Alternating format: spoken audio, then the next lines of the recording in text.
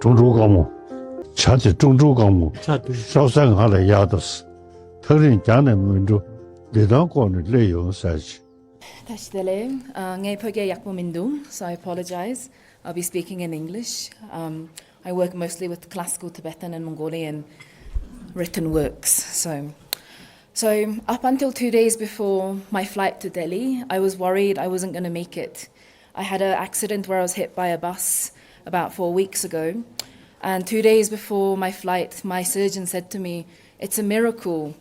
You're actually able to go. We're going to clear you for flying."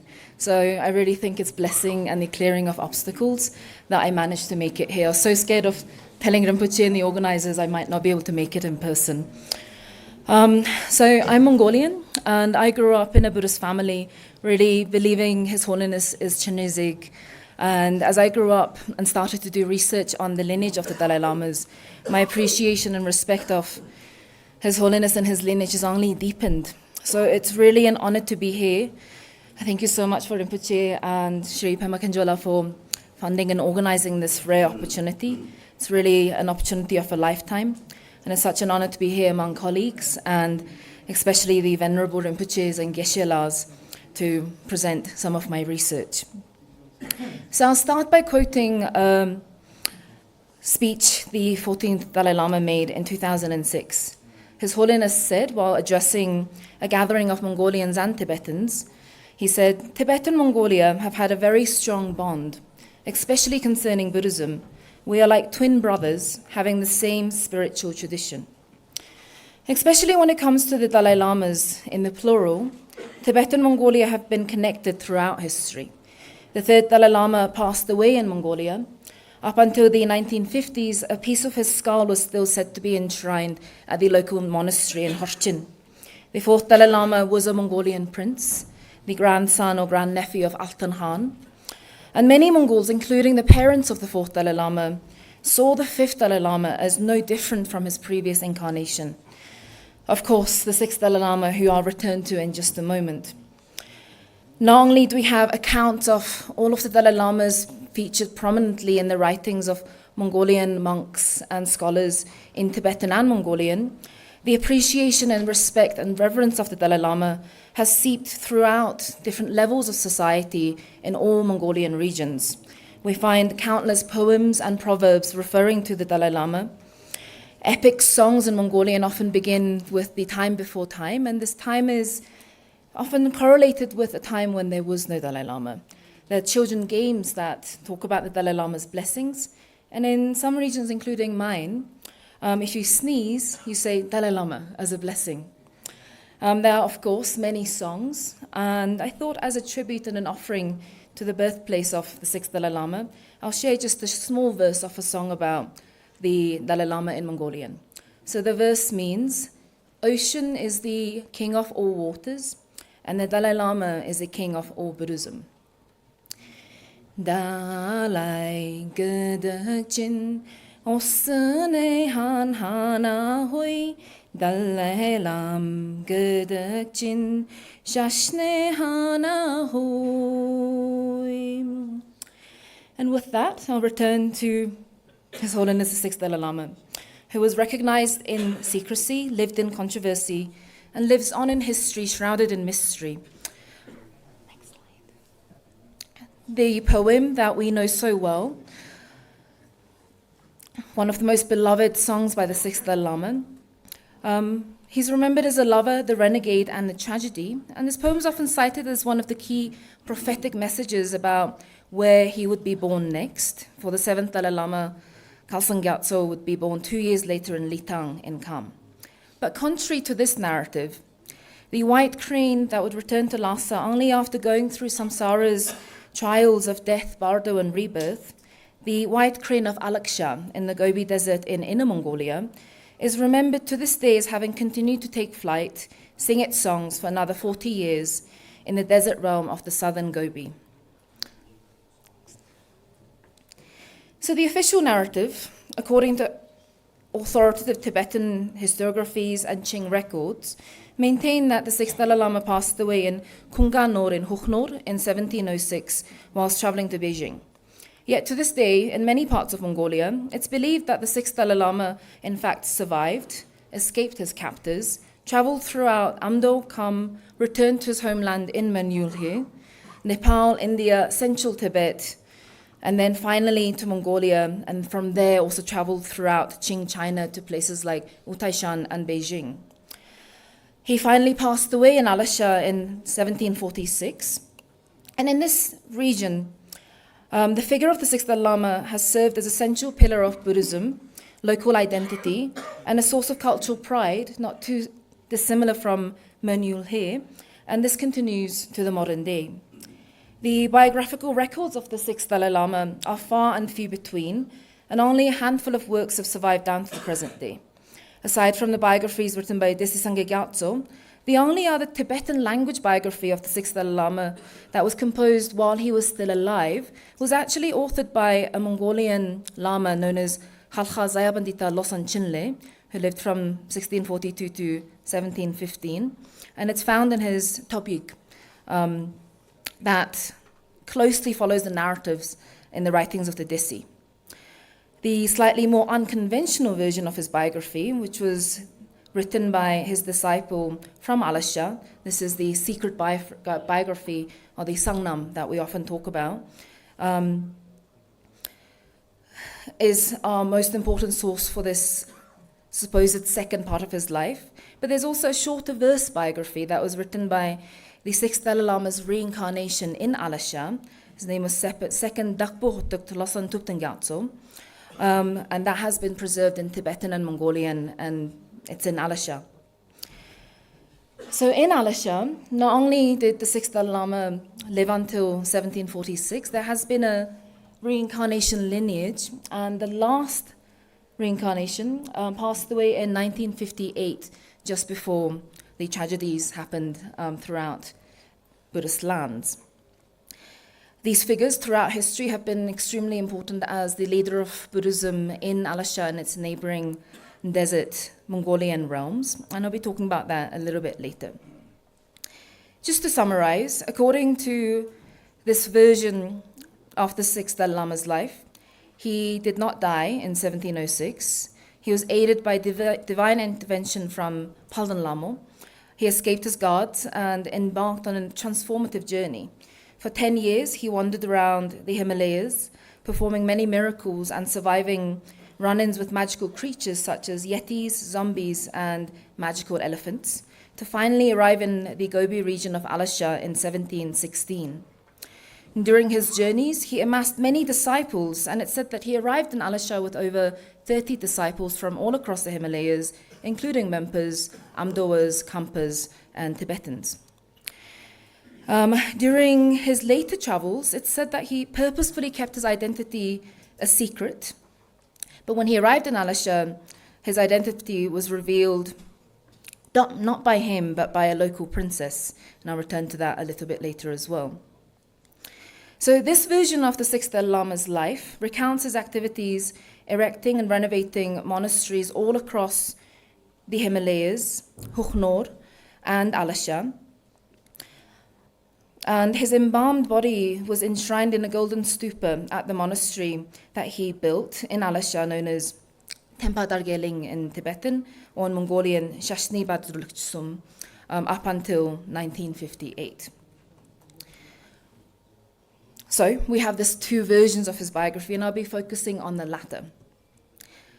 Most of the relevant scholarship on the later life of the sixth Dalai Lama to date tries to either argue for the authenticity of the Alagśa sixth Dalai Lama as really Tsangyang Gyatso, but this talk that I'm giving today isn't going to try to resolve this mystery, but instead, based on oral histories, songs, poems, and local legends that I collected during a research trip in 2018, my talk will explore the role of the figure of the sixth Dalai Lama as he that was played in the formation and development of Buddhist identity and religio-politics of Alagśa. I asked the question, how do local histories, oral traditions, transcend mainstream histories in the creation of local tradition, Alagśan identity, and the creation of Alagśa as a Buddhist sacred realm within the broader context of religion and politics in the 18th century in Tibet, Qing, and Mongolia.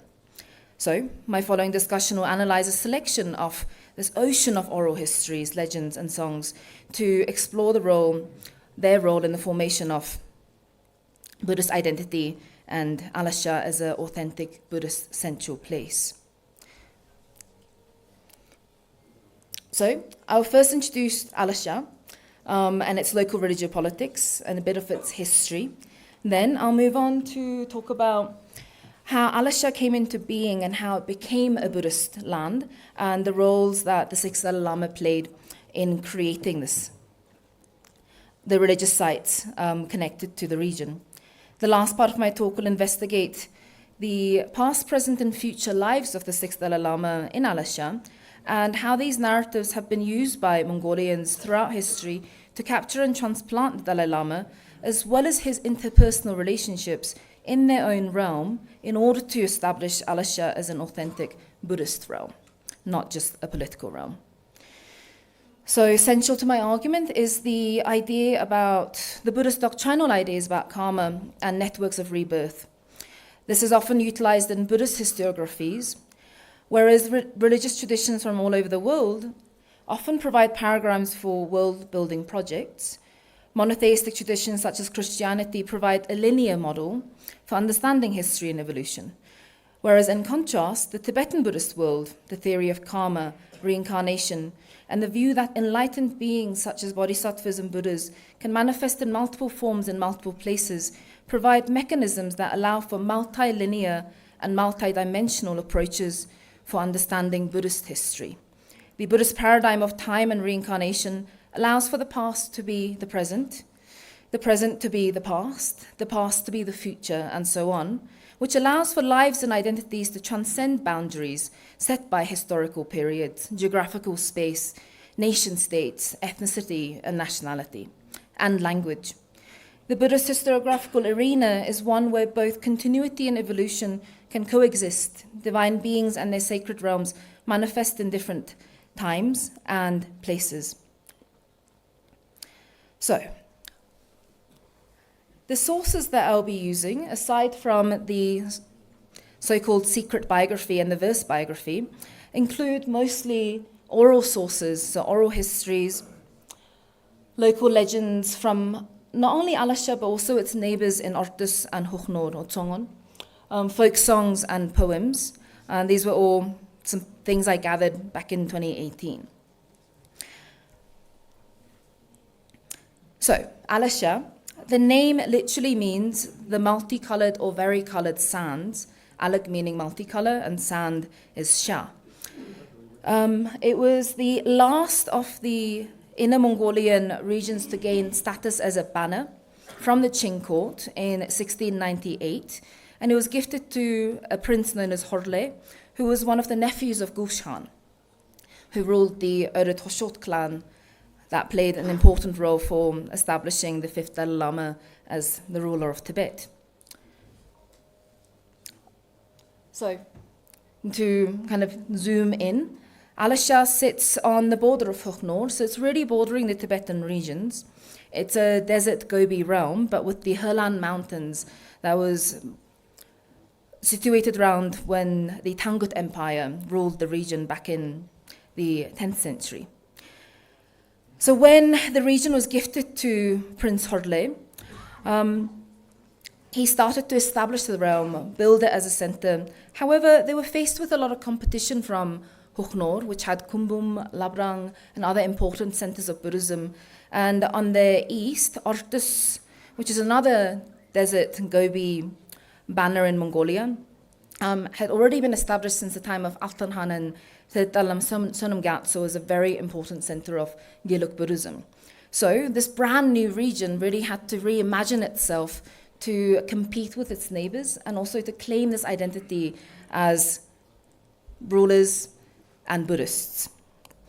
So Horle's grandson, whose name was Lobsang Dorje, he married the Qing emperor's daughter and then therefore was granted the title of Junwang, which is the highest title given to non-Manchu nobility.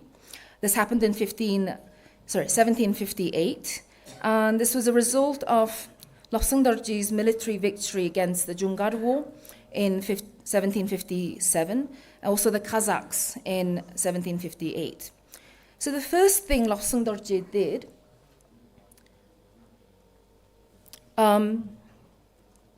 was to organize what's known as the Festival of Descendants in 1766 to celebrate his new status as the son-in-law of the Qing emperor and also his title as Junwang. So, at this Festival of Descendants, and what a Festival of Descendants is since the time of Chinggis Khan, many Mongolians who occupy royal positions, they celebrate their ancestral bloodline, performing ancestor worship. And the term Urus and Ner, so Ursin Ner is a Mongolian term, indicates that the Alagśa nobility at this point in the 18th century saw themselves as authentic part of the Chinggisid bloodline. So the first verse is an ode to the ancestors and Shashin Tur. So Shashin Tur in Tibetan is Chursi, so it's Lugni, or in Mongolian, Hairyosun. So after kind of celebrating their realm, the song goes on to celebrate the holy objects of reverence in the region.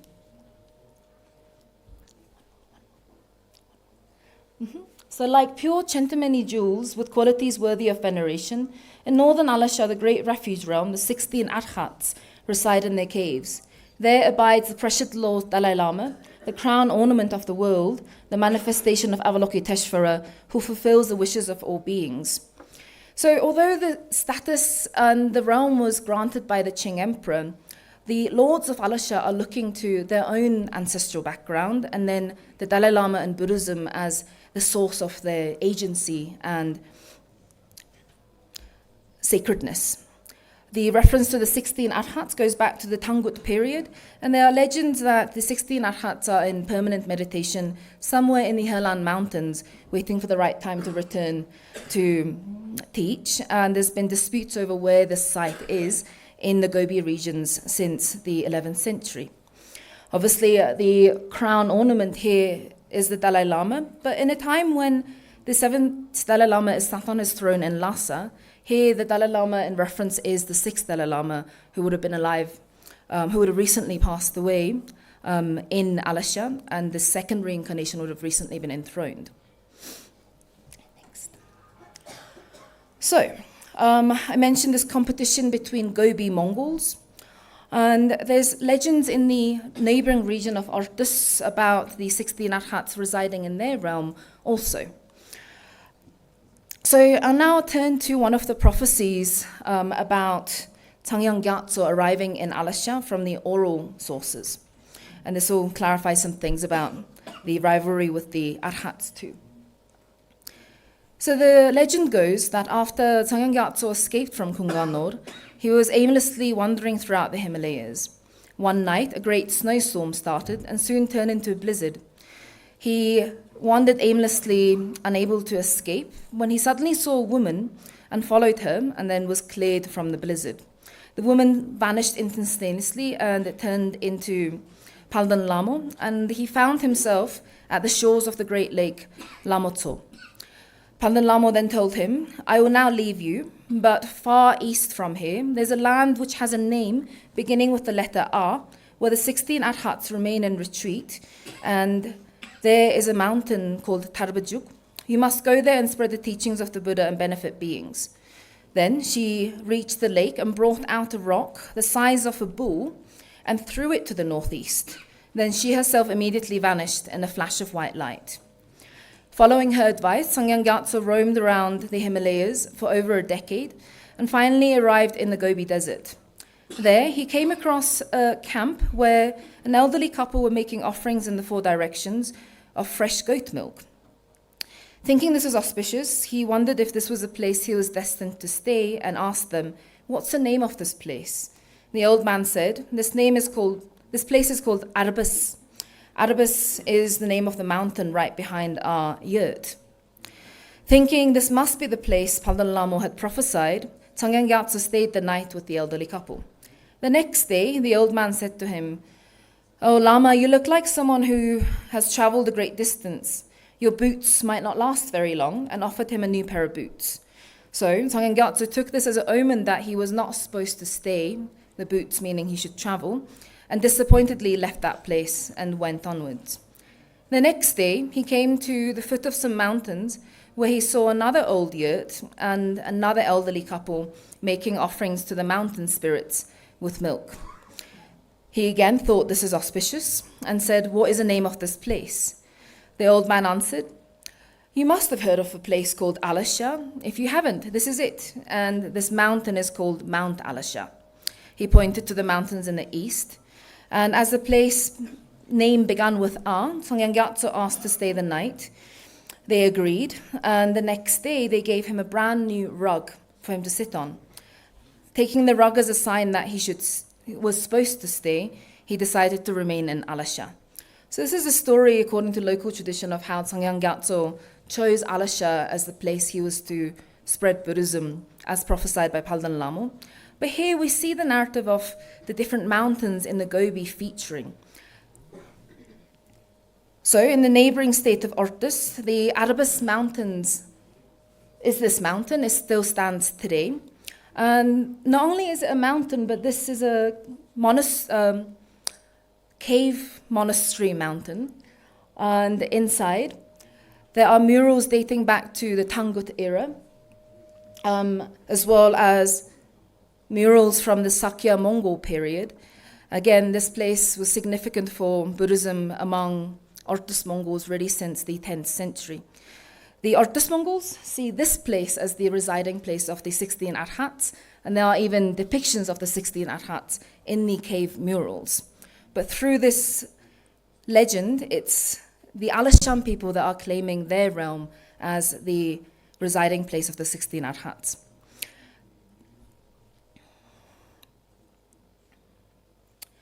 So, going back to Alagśa, the Tarabajuk mountain that was prophesied by Palden Lama is this mountain. It sits right on the eastern side of the banner. And as well as the legend just mentioned, there are many other legends associated with Palden Lama, and they are associated with many major and minor religious sites in this mountain and beyond. The valley below the mountain came to be known as Palden Lama Cave, and it was also the site where the first Buddhist monastery of the region would be built, and this was the monastery built by Tsangyang Gyatso. We'll turn to the monastery in just a moment, but we'll return now to the legends. So, having decided to stay in Alagśa, legends say that Tsangyang Gyatso started to explore the region to find a place where he could establish a monastery. After wandering around, he saw a mountain that appeared to him in the form of the sacred mandala of Chakrasambhara. So he headed to the mountain and saw that the mountain was covered in medicinal herbs, springs, and possessed all the auspicious signs of a holy place. The deities Vajrapani and Hayagriva also appeared to him in a vision. So he climbed to the top of the mountain and found a cave. And from the mouth of the cave, there was a rock jutting out. And the rock looked very different from... So this is a view of the mountain from top. Oh, sorry, one more. The rest of the rock of the mountain. He immediately recognized that this was the rock that Palden Lama had thrown across the sky after picking it up from Lama Tso, and that this was a place that he was destined to establish his teachings. So he looked down into the valley from above and decided he would establish a monastery there. So this cave monastery, as you can see on the inside, remained active as a monastery, and it's still active as a monastery today. So this is really where the practices began, and the monastery that he built would not be established completed until he had passed away. Next. Okay. So, Avalokiteshvara settles in Alagśa. Again, from the oral sources, this is said to be the song that Tsangyang Gyatso sung to the local nobles after he arrived. So he says, "With a sorrowful heart, I sing my tearful song. You who have gathered here, listen open-heartedly. I wander from the snowy land of Tibet. You were born in the remotest of borderlands. Though I have left my homeland behind, in my wise heart, 3 treasures of affection. In my overflowing heart, 3 unforgettable memories. In my forlorn heart, 3 painful maladies. I'll let you read the rest yourself for the sake of time. So although he's hiding his identity, the idea is that he's alluding to his identity as Tsangyang Gyatso, everything that he has lost, his trials and tribulations throughout his travels, and also a reverence to his teacher, the Panchen Lama, who he has also left behind in Tibet. So this song is still sung today in Alagśan realms during festivals, feasts, parties. So to briefly summarize his deeds in Alagśa, it's said that when he arrived in Alagśa, he performed many miracles, healing people, subduing demons and so forth. And this is all in the oral literature. And he told everyone that his name was Singa and that he was afraid that people would discover who he really was. While he was in Alagśa, he also discovered the Tsangyang Gyatso's reincarnation as the son of the local lord. And then he took him on as his main disciple. And this boy, when he grew up, was none other than the author of the secret biography, Ngawan Dorje. Tsangyang Gyatso left behind many written works in Tibetan and Mongolian in Alagśa. Of those, maybe 10 of them still survive today that we know of. Prayers, sung rituals, teachings. Talked about the monastery already. So, as for the story of how he was discovered, again, it's said that he didn't reveal himself, but rather the princess, the Qing princess that was married to the Lord, heard of his fame as a healer and a worker of miracles, so wanted to test him and brought him to her yurt. So she prepared a 10-foot throne, which is taller than I can reach. And as he approached the throne miraculously decreased in size so he could sit on it. Then she served him boiling hot milk in a cup without a base. And as he tried to pick up the cup rose in the air. Then he threw his mala into the air, and the mala turned around it, cooled it, and then he drank it, and then grabbed the bowl, and then turned it into a never-ending knot. The princess kept this knot for 7 days on her altar because she didn't believe that he was real and there was a trick. But as the knot didn't change for 7 days, he invited him back. And the second time round, when he entered her yurt, he appeared in the form of Avalokiteshvara. So she realized immediately who he really was. She cut off her braid and offered to him as a symbol of her oath to be his disciple. And this braid remains on the altar of the monastery built by Tsangyang Gyatso to this day. So his later activities, as well as recognizing the Desi and bringing him up as his disciple, he travels to neighboring regions in Ortus and also to northern Mongolia, and even to Beijing, where he was invited to stay by the Qing emperor, but he refuses. He establishes the Monlam festival at the monastery. At this point, it would have just been the cave monastery, according to the same style as the Lhasa Monlam, and this is carried out to this day as well. And then in 1741, he teaches the lords of the neighboring region, Ortus, which was significant because this shows Alagśa having really reached its status as a place with genuine Buddhism and Buddhist teachers. Finally, he passes away in 1746 in Alagśa. So as well as legends about his arrival and his miracles, the actual region of Alagśa is covered with associations and references back to the life of the 6th Dalai Lama. So in the entrance leading up to the monastery Baronhid, we find Vajrapani and Hayagriva, the deities that are said to have appeared to him when he first arrived. And then obviously, of course, Baronhid, the monastery that he built. This is a picture from the, I can't remember the date now, but anyway, slightly earlier photo before its destruction.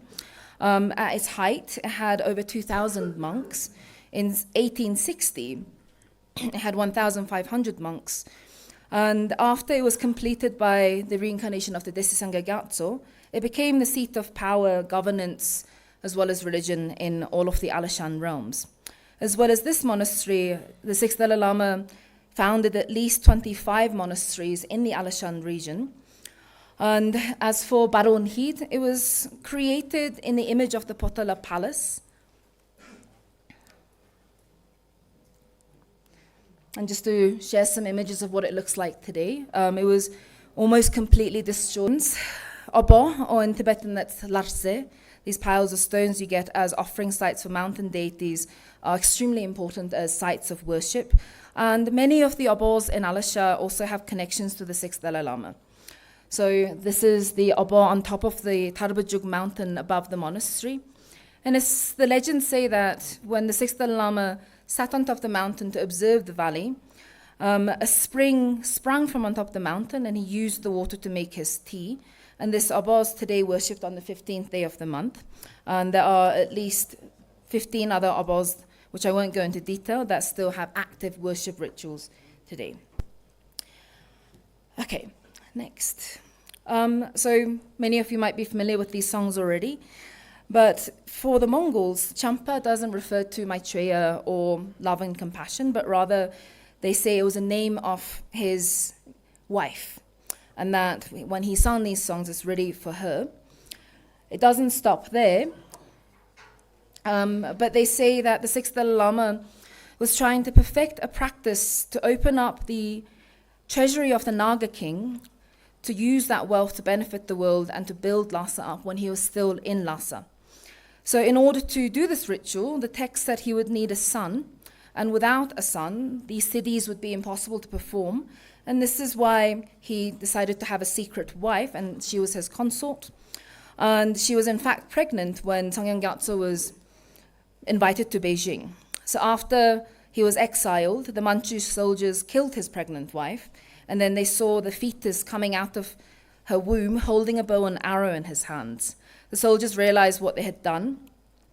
But the legend says that because the son was not born, the practice was not complete, and this is why war broke out in Tibet after the sixth Dalai Lama was exiled.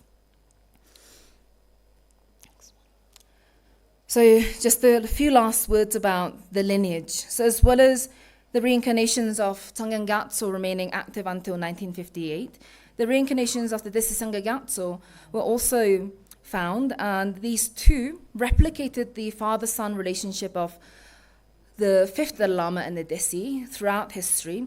So again, transplanting this idea in their identities in the Gobi realm. The last Tsangyang Gyatso reincarnation, whose very small picture you can see on the right, passed away in 2013 and was an important scholar and leader in the Alagśa region. So we can see how the doctrine of karma and rebirth has always played an important role in Buddhism, starting with the Jatakas of the Buddha, stories of his previous lives. We also have Chungrab in Tibetan, accounts of the previous lives of important Buddhist teachers. And if we look at the Chungrab of the Desi and the Dalai Lama, we find correlations between their lives going right throughout history. So Alagśa and its people recreating this and seeking out the reincarnations of Tsangyang Gyatso and the Desi throughout history, again, is linked to this age-long narrative. So this narrative comes from the writings of the fifth Dalai Lama. So they really see this as a continuation of the not only Tsangyang Gyatso's life, but also his personal connections in the realm. So, to wrap up, there's many things I was not able to say, such as more legends and histories relating to Ngawang Dorje, the reincarnation of the Desi, how he came to become an important teacher and carried on the work of the sixth Dalai Lama in Mongolia. But in terms of the legacy of the sixth Dalai Lama in Mongolia, we can think about how the Mongols were able to transplant the past into the present, and therefore the future, by using tools provided by karma, reincarnation, and connected lives. Alagśa was able to confirm its identity in local memory as the worldly resident of Avalokiteshvara, the destined home of the Dalai Lama and his inner circle, like the Desi, therefore establishing Alagśa as a pure and sacred Buddhist central realm ruled by pious Buddhist lords and supported by authentic Buddhist teachers. So Che and Si are both present as a result. What we can see here is a golden stupa erected by the local Alagśa people to mark the site where in 1966, as the communist purges swept through southern Mongolia, they took out the enshrined body of Tsangyang Gyatso that was in a reliquary stupa and they burnt it below the mountains. I met an old man who said he still remembered seeing this as a child. He said, as the stupa came down and the body was taken out, we saw the body of the Dalai Lama who had been embalmed and was still sitting in the meditation posture. His hair, long and white, trailed down around him. His arms were crossed across his chest. His hands were in the teaching mudra. His skin still had a glow, and he did not look like someone who had passed away over 200 years ago. One of the revolutionaries used a bayonet to cut his body, and fresh red blood flowed out from the cut. This scared the revolutionaries, and they demanded that the body be immediately burnt. His body was burnt, and the golden stupa was totally demolished. But in the middle of the night, one of the monks snuck out to the cremation site and gathered up the relics that had emerged from the cremation and any intact pieces of bone and hid them until the revolution was over. So those relics have now been enshrined in a new stupa inside the monastery. But this stupa, as well as what you can see behind, is the pieces of the old monastery that was then destroyed, turned into new wall as object of reverence for the old site. Since the 80s, the local Alagśans have been gathering money themselves to build stupas, to renovate the monastery. And today, although there's a ban on looking for reincarnations of Mongolian lamas all throughout Inner Mongolia, the locals hope that there will be a day soon when they can seek for the reincarnations of Tsangyang Gyatso and the Desi. So for the people of Alagśa, the successive reincarnations of the sixth Dalai Lama and Desi have always been at the center of their cultural pride and identity. The quest began in the 18th century to create tradition at a time when the region was building itself as a new banner, has ended today where the quest is reborn as one of preservation and of tradition and identity. The restoration of his monasteries, reliquaries, and reincarnations reflect the Alagśans' need to sustain their heritage through these ideas. The songs that are still sung, the stories that are still told, are very much alive even among the younger generations. And there's efforts to create collections of his writings, stories about him, and this is ongoing, very much supported by local resources. So I will finish there, just to give you an idea of the efforts going on in Mongolia. So thank you so much. But why would the Mongols be so interested in rediscovering the reincarnation of Desi Tsangyang Gyatso? You know, it doesn't seem to me to be obvious. That I can understand very well their connection with the Dalai Lama lineage, but why he would be himself and reincarnating in that way, just in my own understanding, he's really a political figure for the Gamlen Podrang. I'm just curious what you would say about that. So just to be clear, it wasn't the Mongols who found the reincarnation of the Desi, but the sixth Dalai Lama who found the reincarnation of the Desi.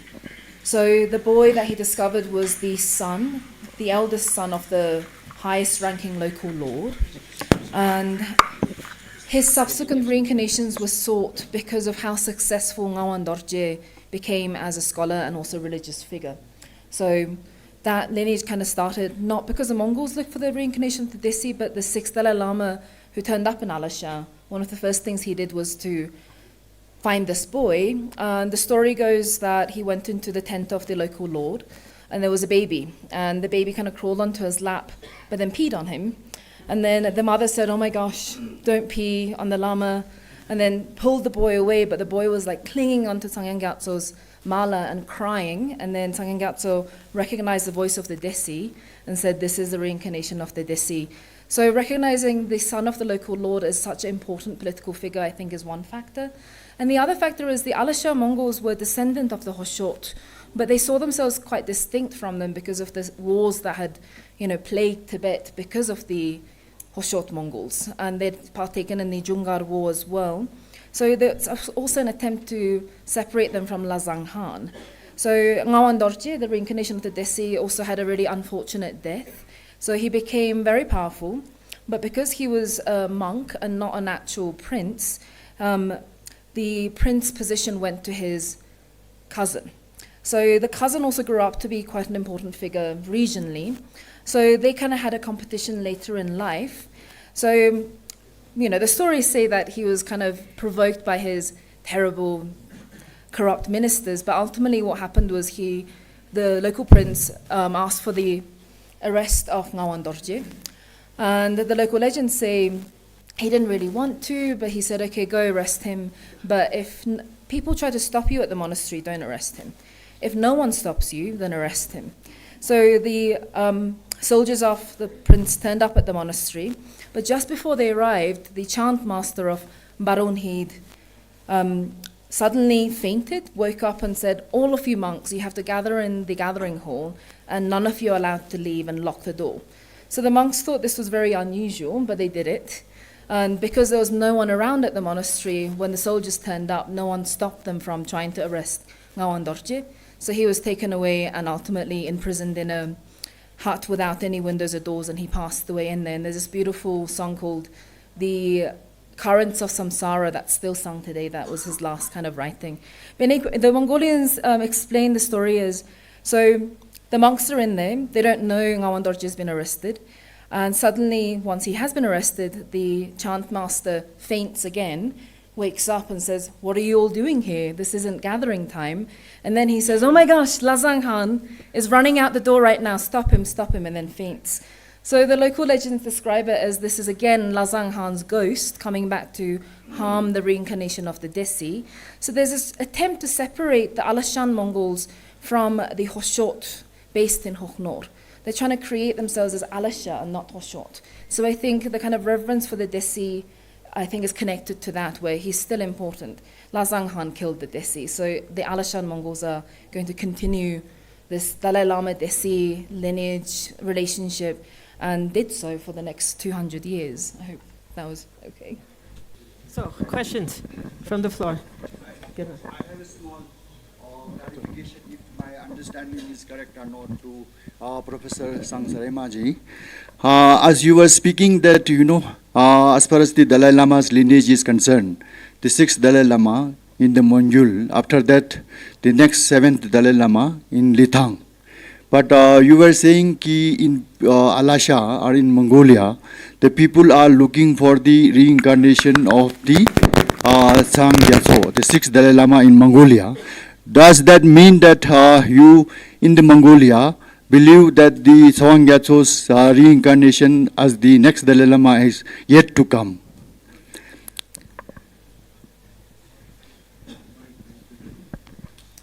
So it's quite interesting because in Alagśa, they started looking for the next rebirth of Tsangyang Gyatso immediately, and it was the reincarnation of the Desi that found him, installed him, and he left behind many volumes of writings.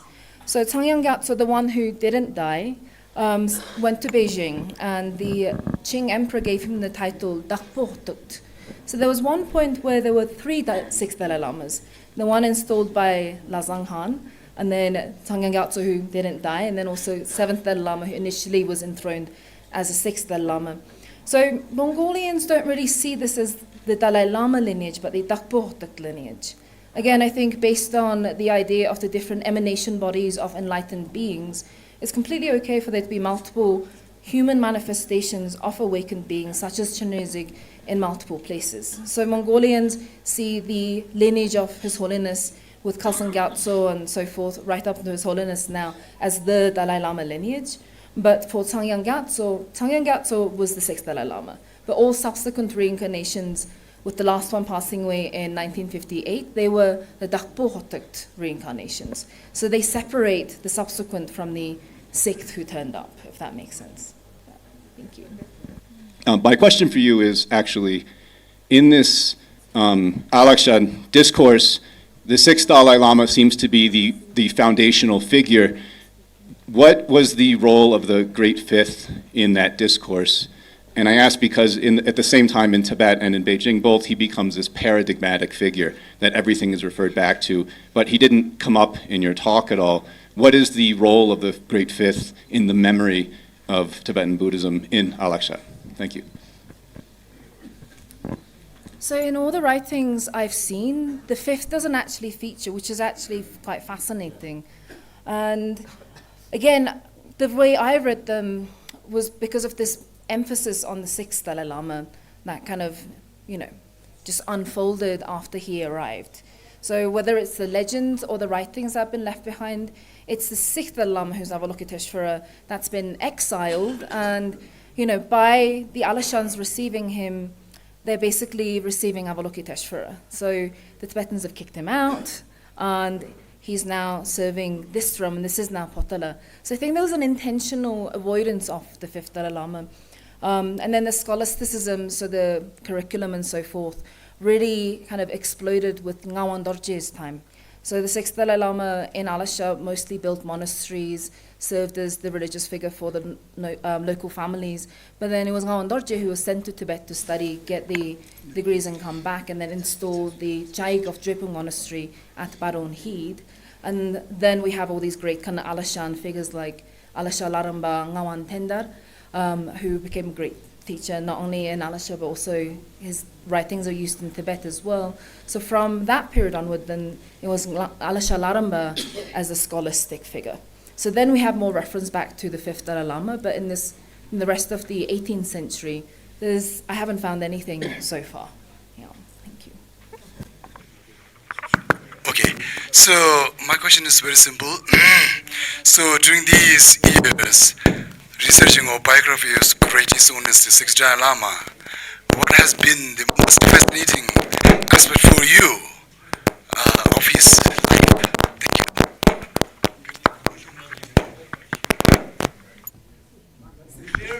Yes, absolutely. Yeah.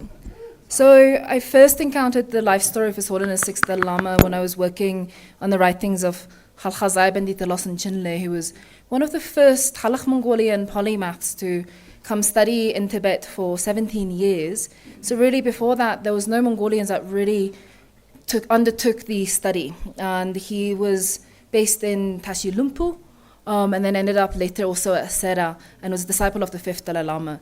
So in his Tobyik called Tobyik Sawe Melong, there's a biography of the sixth Dalai Lama, which he completed in 1698, so before all the controversies took place. So I was comparing that with the writings of the Tsangyang Gyatso, and reading both of these versions, I started to get more fascinated, because growing up, I knew of the versions in Alagśa, The Secret Life, where he's supposed to not have passed away. So I think that trajectory kind of presented me with two very different figures and narratives. So comparing that, I think that's what's been the most fascinating for me, because in Alagśa, he really was seen as a great teacher who had disciples and built Gyalwa Buddhism in Alagśa, which is by a huge contrast to the sixth Dalai Lama as he's remembered in his time in Tibet. So I think the contrast was the first most fascinating thing, and then the second, again, I don't think I'm an authority to say if he was actually the sixth Dalai Lama or not, but just to investigate the possibilities of what happens to someone instead of just seeing His Holiness as the Dalai Lama, but to think of his human side, of the trials and tribulations that this young Lama went through and was subjugated to by all these big political players at the time, and then to see the things that he really achieved according to all these versions. So that's been the most touching part. I think thank you. And Madam, I have been wondering, sometimes I'm very confused, because when I read the books of Gyalwa Tsangyang Gyatso, I came through a very different information.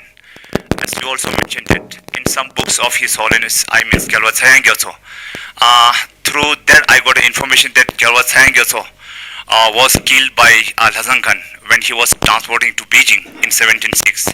And also from different article, I came to know that Tsangyang Gyatso was escaped somehow. Somehow he escaped and he survived, and he spent his time in Alagśa. And also through some information, I came to know that Gyalwa Tsangyang Gyatso was not feeling well, and seriously he fall ill and he was passed away. So I was very confused, and so madam, I would like to ask you which one you will prefer. And also I think, madam, if we go through that, somehow he escaped and he survived. After that, it will be very interesting if we read the biography of secret biography of Tsangyang Gyatso. So I think I'll try to clarify these different versions without adding any of my biases. So I think the Tibetan sources say either he died of illness because he was already feeling unwell, and it was infectious disease, which is why his body was thrown into the lake, and therefore no body was ever recovered. I think the Qing archival sources indicate, they don't say very clearly, but the possibility that he was assassinated.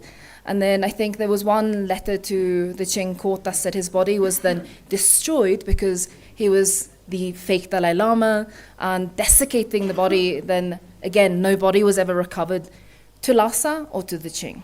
So the Mongolian versions, which say he didn't die, say he faked his illness because of the advice of Palden Lama, and therefore stayed extra nights at the lake where they camped out. And then Palden Lama created this huge mist which allowed him to escape his captors. But then there's other versions from the Mongolian side which also says the attendants of the sixth Dalai Lama were Tibetans that were traveling with him to Beijing, and they actually let him go because the Mongolians say, well, who out of any of the Gelugpa world would dare to kill the Dalai Lama? And he was so loved in Lhasa, not just as a Dalai Lama, but by the people of Lhasa. So even if he might be fake, and that's what the Qing is saying, who out of their, in their right mind, would actually think of killing the Dalai Lama, fake or not, because that would be awful karma.